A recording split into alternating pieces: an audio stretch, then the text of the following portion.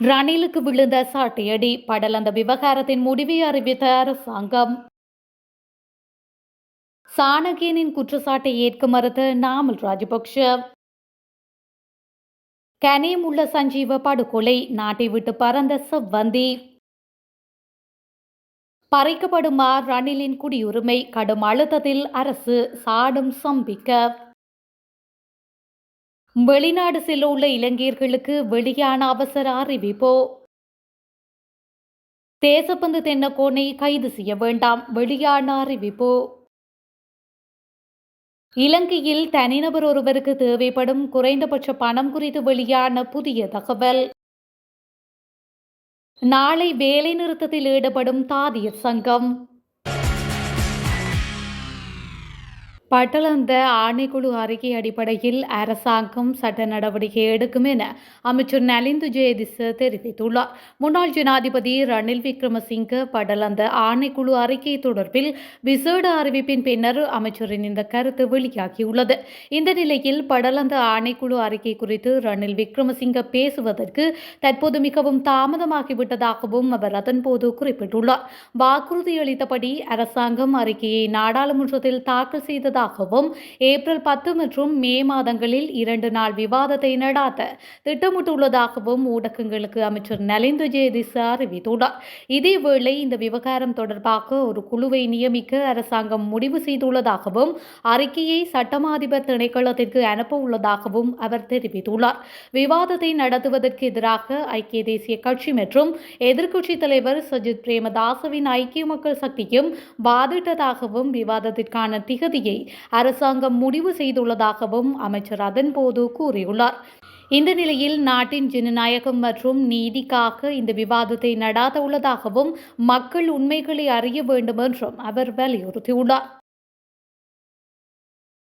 நாடாளுமன்ற உறுப்பினர் சாணக்கியன் முன்வைத்த குற்றச்சாட்டுக்களை ஏற்க முடியாது என ஸ்ரீலங்கா பொதுஜன பெரமுனவின் தேசிய அமைப்பாளர் நாமல் ராஜபக்ஷ தெரிவித்துள்ளார். 2025 ஆண்டுக்கான வரவு செலவு திட்டத்தின் வெளிவிவகாரம் வெளிநாட்டு வேலைவாய்ப்புகள் மற்றும் சுற்றுலாத்துறை அபிவிருத்தி அமைச்சு மீதான நேற்றைய விவாதத்தில் உரையாற்றிய போதே அவர் மேற்கண்டவாறு குறிப்பிட்டுள்ளார். இது தொடர்பில் அவர் மேலும் தெரிவித்ததாவது, நாடாளுமன்ற உறுப்பினர் சாணக்கியன் இராணுவத்தினர் மீது கடுமையான குற்றச்சாட்டுகளை முன்வைக்கின்றார். இராணுவத்தினர் யுத்த குற்றத்தில் ஈடுபட்டனர் என்பது மட்டுமன்றி பாலியல் வன்கொடுமைகளிலும் ஈடுபட்டதாகவும் கூறுகின்றார். ஏதேனும் சம்பவம் ஒன்று முன்னாள் இராணுவ சிப்பாயால் நடந்திருக்கலாம்.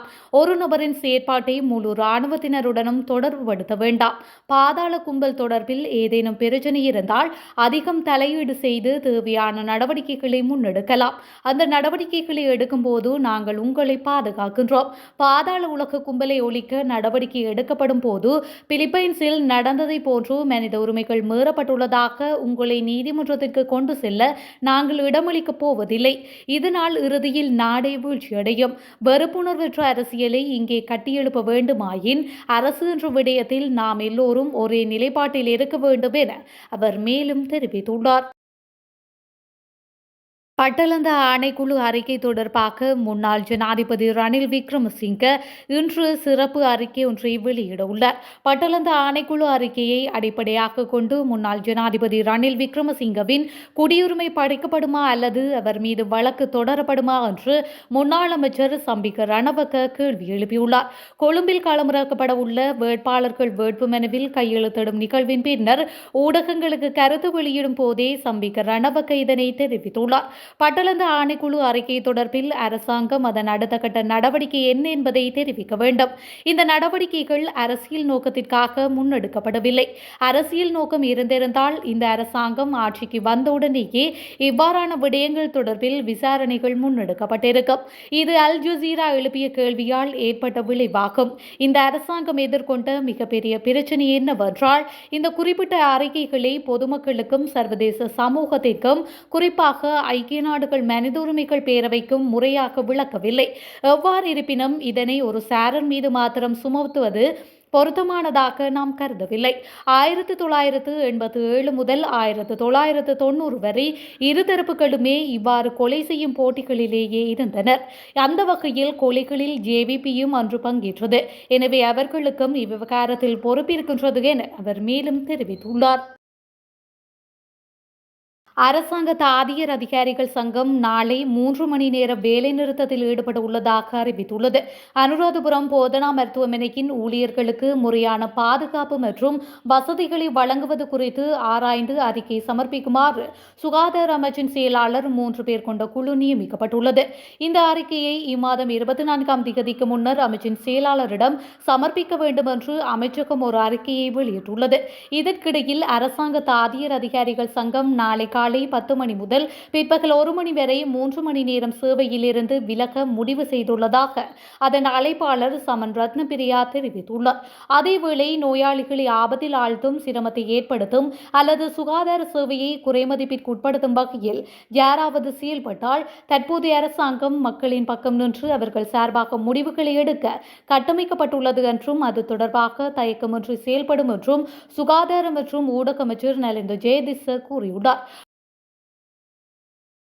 கனேம் உள்ள சஞ்சீவ படுகொலையில் மூளையாக செயல்பட்டதாக தேடப்படும் இஷாரா செவ்வந்தி மாலைதீவுக்கு தப்பி சென்றுள்ளதாக தகவல் வெளியாகியுள்ளது. வெளிநாட்டில் இருக்கும் ஒரு சக்தி வாய்ந்த பாதாள உலக கும்பல் தலைவரால் அவர் கடல் வழியாக மாலைதீவுக்கு அழைத்து செல்லப்பட்டதாகவும் தெரிவிக்கப்படுகின்றது. 2025 ஜனவரி மாதத்திற்கான அதிகாரப்பூர்வ வறுமை கோடு அட்டவணையை மக்கள் தொகை கணக்கெடுப்பு மற்றும் புள்ளியியல் துறை வெளியிட்டுள்ளது. இதன்படி 2025 ஜனவரியில் ஒரு நபர் தனது அடிப்படை தேவைகளை பூர்த்தி செய்ய ஒரு மாதத்தில் தேவைப்படும் குறைந்தபட்ச தொகை 16,334 ரூபாய் என தெரிவிக்கப்பட்டுள்ளது. 2024 டிசம்பரில் பதிவு செய்யப்பட்ட ரூபாய் 16,191 விட இது 0.88 வீதத்தால் அதிகம். 2025 ஜனவரியில் தேசிய நுகர்வோர் விலை சுட்டனின்படி இலங்கையில் பணவீக்கம் முந்தைய மாதத்துடன் ஒப்பிடுகையில் அதிகரித்துள்ளது. வெளிநாடு செல்ல உள்ளவர்களுக்கு வெளிநாட்டு அலுவல்கள், வெளிநாட்டு வேலைவாய்ப்பு மற்றும் சுற்றுலாத்துறை அமைச்சர் விஜித ஹேரத் அறிவிப்பொன்றை விடுத்துள்ளார். இதன் அடிப்படையில் வேலைவாய்ப்புக்காக தனியார் முகவர்களின் ஊடாக வெளிநாடு செல்லும்போது 1989 என்ற தொலைபேசி இலக்கத்திற்கு அழைப்பை ஏற்படுத்தி குறித்த முகவர் தொடர்பில் அறிந்து கொள்ள முடியும் என அவர் குறிப்பிட்டுள்ளார். பெலிகம பகுதியில் நடந்த துப்பாக்கி சூடு சம்பவம் தொடர்பில் கைது உத்தரவு பிறப்பிக்கப்பட்டிருந்த முன்னாள் போலீஸ் மா அதிபர் தேசபந்து தென்னகோன் உள்ளிட்டவர்களை கைது செய்ய வேண்டாம் என அறிவிக்கப்பட்டுள்ளது. மேன்முறையீட்டு நீதிமன்றத்தில் எட்டப்பட்ட ஒப்பந்தத்தின் அடிப்படையில் முதற்கட்ட விசாரணைகள் முடியும் வரை கொழும்பு குற்றப்பிரிவின் பொறுப்பதிகாரிகள் உட்பட 6 சந்தேக நபர்களையும் கைது செய்ய வேண்டாம் என்று சட்டமா அதிபர் குற்றப்புலனாய்வுத்துறைக்கு அறிவுறுத்தியுள்ளார். பல மாகாணங்களில் இன்று மாலை அல்லது இரவு வேளைகளில் இடியுடன் கூடிய மழை பெய்யக்கூடும் என்று வளிமண்டலவியல் திணைக்களம் தெரிவித்துள்ளது. இன்று பிற்பகல் வெளியிட்ட வானிலை எச்சரிக்கை அறிவிப்பில் இந்த விடயத்தை வளிமண்டலவியல் திணைக்களம் குறிப்பிட்டுள்ளது. மேல் சப்ரகமுவ, மத்திய, தெற்கு, வடமேற்கு மற்றும் வடக்கு மாகாணங்களிலும் அனுராதபுரம் மாவட்டத்திலும் பல இடங்களில் இடியுடன் கூடிய மழை பெய்ய வாய்ப்புள்ளதாக அந்த திணைக்களம் சுட்டிக்காட்டியுள்ளது. கடுமையான மின்னல் தாக்கங்கள் ஏற்பட வாய்ப்புள்ளதால் விபத்துக்களை குறைத்துக் கொள்ள தேவையான முன்னெச்சரிக்கை நடவடிக்கைகளை மேற்கொள்ளுமாறு திணைக்களம் பொதுமக்களிடையே எச்சரித்துள்ளது.